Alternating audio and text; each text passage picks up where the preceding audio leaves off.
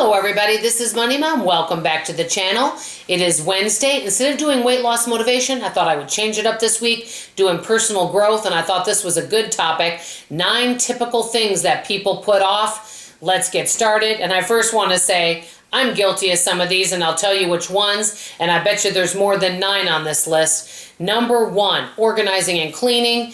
Obviously, especially if you've got a big project, that's why I try to make things into baby steps. Recently went through my kitchen, but guess what? It could probably use another round of me going through it again because there's always things that we may not be using, and sometimes it's hard to find a home for everything. So organizing and cleaning projects. Number 2, and this one I put off for years. I did get it done last year, maybe it was the year before, within the last 2 years, getting our will done. That's something else many people put off, and preparing for if somebody in the family does pass away. That is something a lot of folks don't want to deal with, and they put it off many times till it's too late. Number 3, and this one I am guilty of. If I never had to go to a doctor or a dentist in my entire life, I would be very, very happy. Going to any kind of medical appointment, some things maybe are needed. For example, the dentist. Some things maybe are just good ideas, but any type of medical appointment, people may be afraid of. Sometimes ignorance is bliss. Number 4, repairs. And an example would be something that you know really needs repairing in your house, but you're too afraid to find out how much it's going to cost. It's kind of like the fear of the unknown. Could be, and a great example of this is foundation work, which is something in Texas that many people need. But guess what? It's kind of scary to find out how much something's really going to cost, so we might keep putting it off. Number 5, and I put this together, going on a healthy eating plan and an exercise program.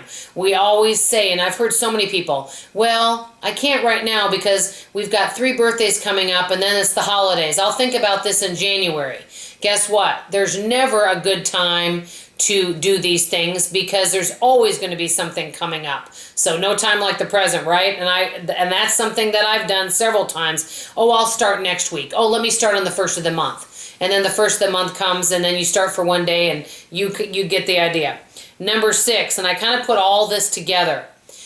Ending a relationship, a toxic friendship or relationship, forgiving somebody, and having a difficult conversation.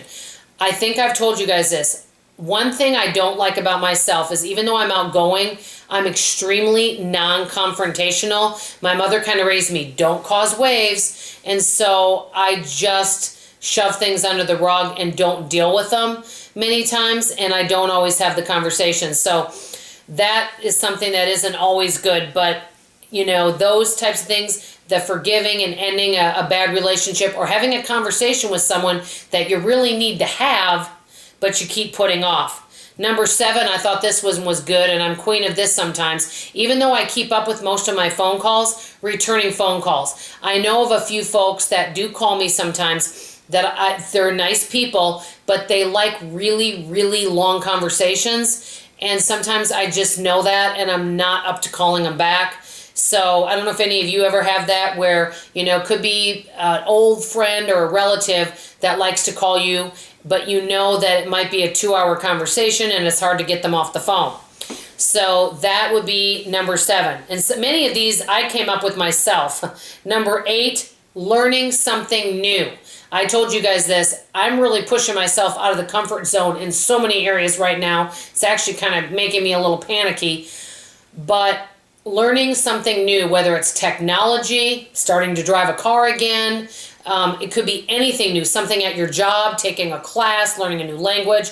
You know, for me, I love being in my comfort zone and I love routine. I like to do the same thing and know what's coming up. I love to plan everything in my life. And one of my friends said, the only thing that you can plan on are death and taxes. I thought that was good. Number 9, quit any kind of bad habit you have. I have many bad habits, and we all know what they could be. It could be anything from getting up too late in the morning and rushing out the door and being stressed out. Or it could be something such as, you know, quitting smoking. That would be something else that maybe people put off doing, because there's many habits that we all have that would be good if we would give them up. Mine was the eating, overeating, and now I'm doing good on that. But I'm sure there's more things I could work on as well. So let me know some typical things in your life that you've just been putting off for a long time. I want to hear about it from you. Mine is the dentist, and I'll be dealing with that November 15th. I wish some of you could come to Dallas, Texas and hold my hand.